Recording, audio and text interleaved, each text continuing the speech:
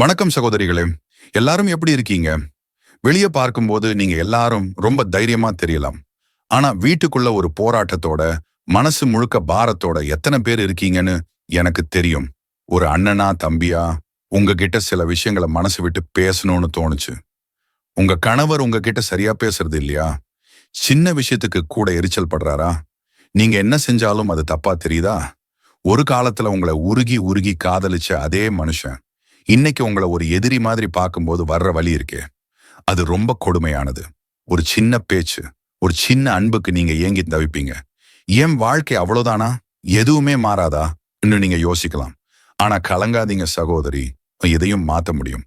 நாம தெரியாம பண்ற சில சொதப்பல்கள், நாம ஒரு விஷயத்தை சரி பண்ண நினைக்கும் போது உணர்ச்சி வேகத்திலே சில தப்புகளை செஞ்சிடுறோம். அது நிலைமையை இன்னும் மோசமாக்கிடுது. முதல்ல நம்ம என்ன பண்ணுவோம்னா, அவங்க பின்னாடியே சுத்தி சுத்தி வருவோம். ஏன் என்கிட்ட பேச மாட்டேங்கிறீங்க? நான் என்ன தப்பு பண்ணேன்? முன்னாடி மாதிரி இருங்கன்னு கெஞ்சுவோம். சகோதரி, நீங்க எவ்வளவுக்கு எவ்வளவு கெஞ்சுறீங்களோ அவ்வளவுக்கு அவ்வளவு அவங்க உங்ககிட்ட இருந்து விலகி போவாங்க. அன்புங்கிறது ஈர்ப்புல வர்றது, கெஞ்சுறதுல வர்றது இல்ல. ரெண்டாவது, அவங்க கோவப்படுறாங்கன்னு நீங்களும் பதில் பேசாம அமைதியா இருக்கிறது. சில நேரங்கள்ல இந்த மௌனம் அவங்களுக்கு ஒரு விதமான அலட்சியமா தோணும். மூணாவது, நீங்க பயந்து பயந்து வாழ்றது. அவர் கோபப்படுவார்னு நீங்க ஒவ்வொரு அடியையும் யோசிச்சு வச்சீங்கன்னா, அவர் உங்களை இன்னும் அதிகமா அதிகாரப்படுத்த நினைப்பாரு. இதையெல்லாம் முதல்ல நாம மாத்தணும். வழி ஒன்று, கெஞ்சாதீங்க, ஆனா கவனிங்க. இப்போ நாம என்ன பண்ணணும்? முதல்ல கெஞ்சறத நிறுத்துங்க. அவர் பின்னாடியே சுத்துறத விட்டுட்டு உங்க வேலையை நீங்க பாருங்க. அதே சமயம் அவர் ஏதாவது சொல்ல வந்தா அலட்சியப்படுத்தாம கவனிங்க. ஆண்களுக்கு ஒரு பழக்கம் உண்டு. அவங்க ஒரு அழுத்தத்துல இருக்கும்போது யார்கிட்டயும் பேச மாட்டாங்க. அந்த சமயத்துல நீங்க அவங்களை கட்டாயப்படுத்தாம ஒரு அமைதியான சூழலை உருவாக்குங்க. நீங்க அமைதியா அதே சமயம் உறுதியா இருக்கும்போதுதான் அவரோட ஈகோ கொஞ்சம் கொஞ்சமா குறையும். நம்ம மனைவி முன்னாடி மாதிரி இல்லையே, ஏதோ ஒரு மாற்றம் தெரியுதேன்னு அவர் உங்களை கவனிக்க ஆரம்பிப்பார். வழி 2, உங்க மேல நீங்க அன்பு காட்டுங்க. சகோதரி, மத்தவங்க உங்களை மதிக்கணும்னா முதல்ல நீங்க உங்களை மதிக்கணும். கணவருக்காகவும் குழந்தைங்களுக்காகவும் உங்க வாழ்க்கையை தொலைச்சிட்டு ஒரு மூலையில உட்காராதீங்க. உங்களை அழகா வச்சுக்கோங்க. உங்களுக்காக நீங்க அழகா இருங்க. நல்லா உடுத்துங்க. ஆரோக்கியமான உணவுகளை சாப்பிடுங்க. நீங்க உங்களை நேசிக்கும் போது உங்க முகத்துல ஒரு தனி தேஜஸ் வரும். அதுவே உங்க கணவருக்கு உங்க மேல ஒரு புது ஈர்ப்பை உண்டாக்கும். புதுசா ஏதாவது செய்யுங்க. எப்பவும் வீட்டு வேலை மட்டுமே உலகம்னு இருக்காம உங்களுக்கு பிடிச்ச ஒரு விஷயத்த செய்யுங்க.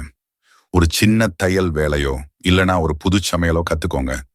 நீங்க ஒரு விஷயத்துல ஆர்வமா இருக்கும்போது உங்க கணவருக்கு உங்க மேல ஒரு புது மரியாதை வரும். மகிழ்ச்சியான சூழல்.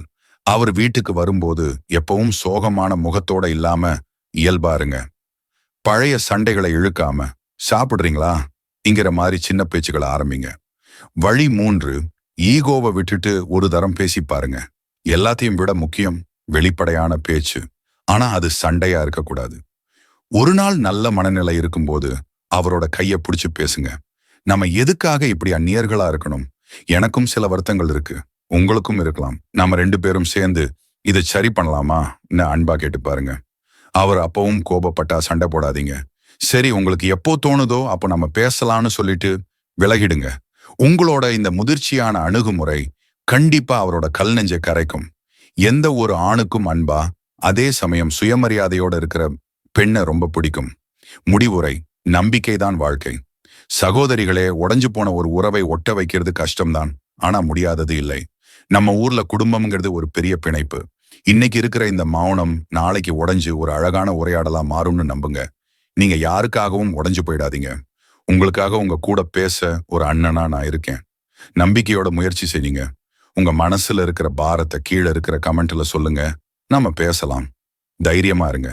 வாழ்க்கை நிச்சயமா மாறும். அடுத்த வீடியோல சந்திப்போம். அது வரைக்கும் நிம்மதியா இருங்க.